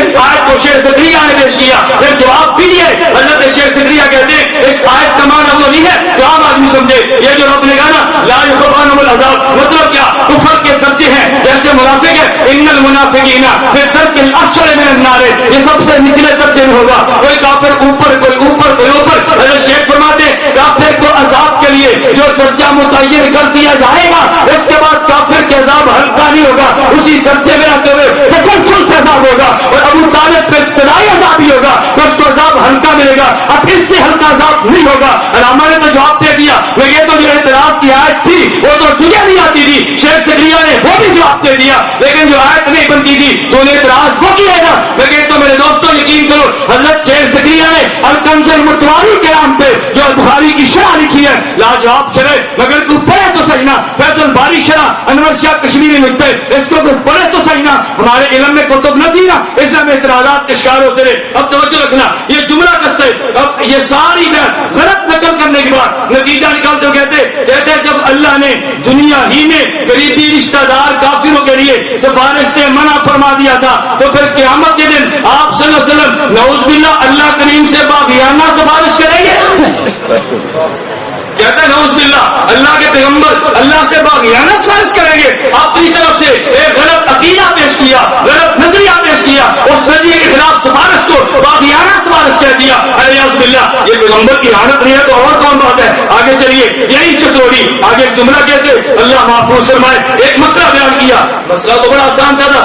ام المومنین اللہ کے پیغمبر کے نکاح میں آئی, عمر 6 سال تھی. جب رخصتی ہوئی عمر 9 سال تھی. یہ امام بخاری کا موقف ہے. چتروڑی کہتے نہیں اللہ کے پیغمبر کے نکاح میں آئی تو عمر کہتے ہیں 18 سال تھی. کہتے نہیں یہ 9 سال والی بات غلط ہے, 18 سال تھی. چلیے اس پر مستقل دلائل ہے. جب میں جو عرض کیا نا بحث تفصیل نہیں کر رہا, ایک بات یہ نشین کر دو. چتروڑی دلیل کیا دیتے ہیں, کہتے ہیں اللہ قرآن میں کہتے فانکحوا ما طاب لکم من النساء, کہ تم نے شادی نساء سے کرنی ہے. اور نساء نابالغ کو نہیں کہتے, بالغ کو کہتے ہیں. ام المومنین میاں شاہ جب 7 سال کی تھی نابالغ تھی, نابالغ تو نساء کہتے نہیں ہے, پھر نکاح کیسے ہوا؟ میں کہتا ہوں ہائے شیخ التفسیر قربان دو میں تیری قرآن پانے میں تجھے کس کم عقل نے کہا کہ نساء نابالغ کو نہیں کہتے. جب فرعون نے بنی اسرائیل کی عورتوں کو زندہ رکھا اور بچوں کو قتل کیا تو قرآن کیا کہتے ہیں نقتل ابناء ونستحیی, بولیے نا نقتل ابناء ونستحیی نساء. تو قرآن نساء نابالغ لڑکی کو کہہ رہا ہے. جو فرعون زندہ رکھتا تھا وہ نابالغ بچی کو زندہ رکھتا تھا نا, وہی بالغ ہوتی کیونکہ ابناء کے مقابلے میں آیا. اگر ابن نابالغ کو کہتے ہیں تو پھر نساء نابالغ کو کہتے ہیں. میرے مزید کی قرآن تصدیق کرتے ہیں, کہتے ہیں قرآن نساء نابالغ کو کو نہیں کہتا ارے اللہ کے بندے عقل کے ناخن لے اور قرآن پہ جھوٹ بولنا چھوڑ دے. خیر چلیے مسئلہ بیان کیا, غلط بیان کیا, لیکن جملہ جو میں سے لانا چاہتا ہوں اللہ میری اور آپ کی حفاظت فرمائے. مجھے تو جملہ رقم کرتے اٹھا سکتے ہیں, توجہ رکھنا. کہتے ہیں لیکن بخاری صاحب اپنی روایت کے ذریعہ آپ صلی اللہ علیہ وسلم کا نابالغ لڑکیوں کے ساتھ جنسی کھیل کھیلنا ثابت کرتے ہیں.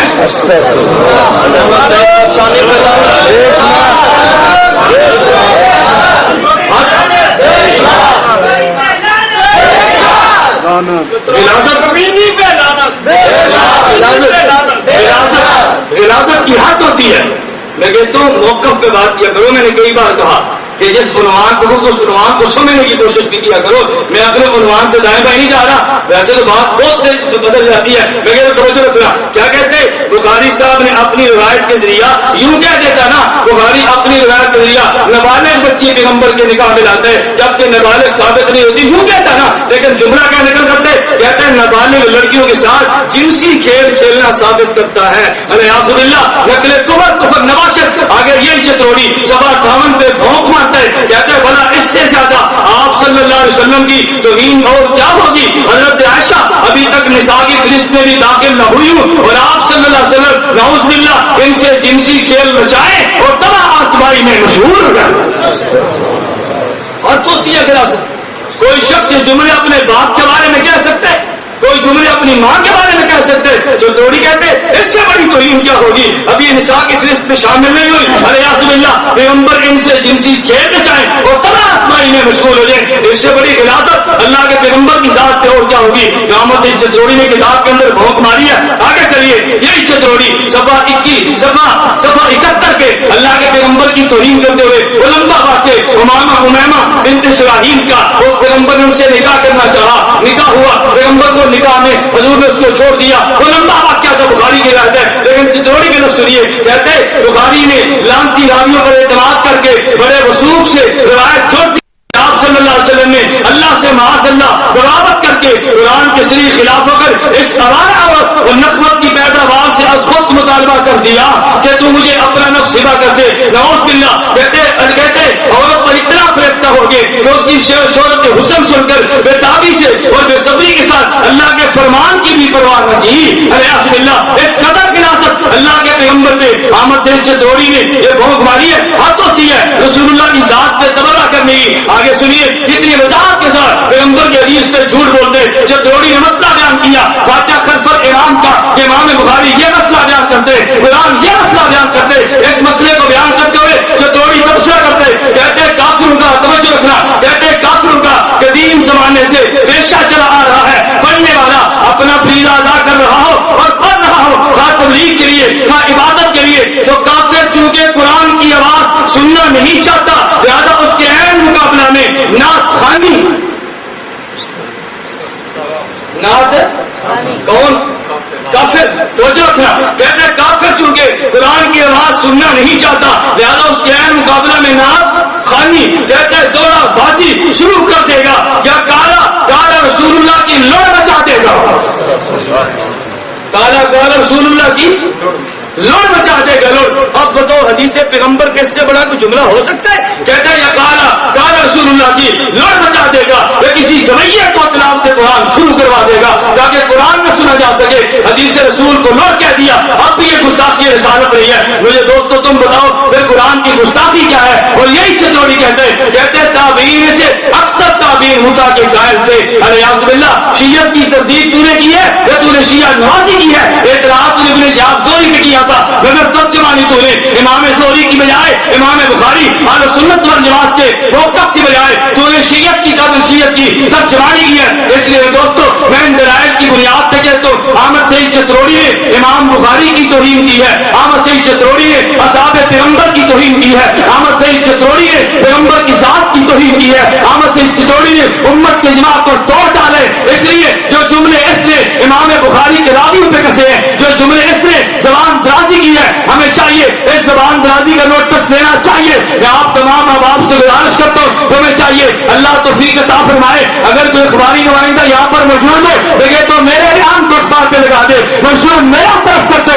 اگر چتوڑی سے گفتگو ہے جی گفتگو تم نہیں کرو گے, گفتگو میں کروں گا. میں نے اپنے کعبے سے عرض کر دیا کہ تم عدالت پھر ہم بھی فریق ہیں. چتروڑی سے عدالت میں بات میرے ذمہ ہے. اللہ نے چاہا عدالت سے ہم محکم بنوا لیں گے. تم ہمت کرو, اگر آپ توفیق عطا فرما دے کچھ لوگ اکٹھے ہو گئے, کم از کم احتجاجی مظاہرہ ہی کر دو, کم از کم مطالعہ ہی کر دو. اس گستاخ پیغمبر کو صلاح ہونی چاہیے کہ نہیں بھائی؟ اس گستاخ پیغمبر کو صلاح ہونی چاہیے کہ نہیں؟ اس گستاخ صحابہ کو گستاخ صلاح ہونی چاہیے کہ نہیں؟ اس تسلیم کے گستاخ کو صلاح ہونی چاہیے کہ نہیں؟ پیغمبر پہ پیغمبر کے راویوں پہ لعنت کی گردان پیش کرنے والے کو تم بتاؤ صلاح ہونی چاہیے کہ نہیں؟ بلند آواز سے کو میں کہتا ہوں صلاح ہونی صلاح ہونی چاہیے.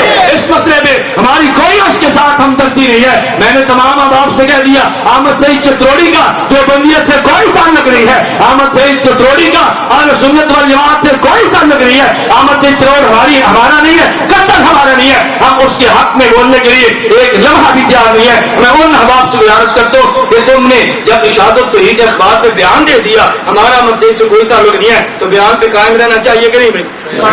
بولیے نا, بیان پہ قائم رہنا چاہیے کہ نہیں؟ ہمدردیوں کا کیا مانا؟ جب اس نے تمہارے اکابر کو گالیاں دی ہیں تم نے اس کو جماعت سے نکال دیا ہے, پھر اس نے پیغمبر کے صحابہ کو گالیاں دی ہیں, راویوں کو گالیاں دی ہیں, اب اس کی تعریف مت کرو نا. یہ عجیب اصول ہے کہ نبی کو گالی دے تو تم اس کا تعاون کرو, صحابہ کو گالی دے تم اس کا ساتھ دو, معتزین کو گالیاں دے اس کا ساتھ دو, اور جب تمہارے بزرگوں کو گالی دے پھر اس کو جماعت سے نکال دو. نہیں بابا, یہ بات کرتے غلط ہے. اس لیے میں گزارش کرتا ہوں اللہ ہم سب کو ایک کے حق کی توفیق عطا فرمائے. اللہ میں اپنے اکابر اہل سنت والجماعت کے ساتھ وابستہ رہنے کی توفیق عطا فرمائے. اللہ ہم سب کو جو بیٹھ جو بھی بیٹھ جو یہ کام نہیں کرنا. یہ کیا ہوا؟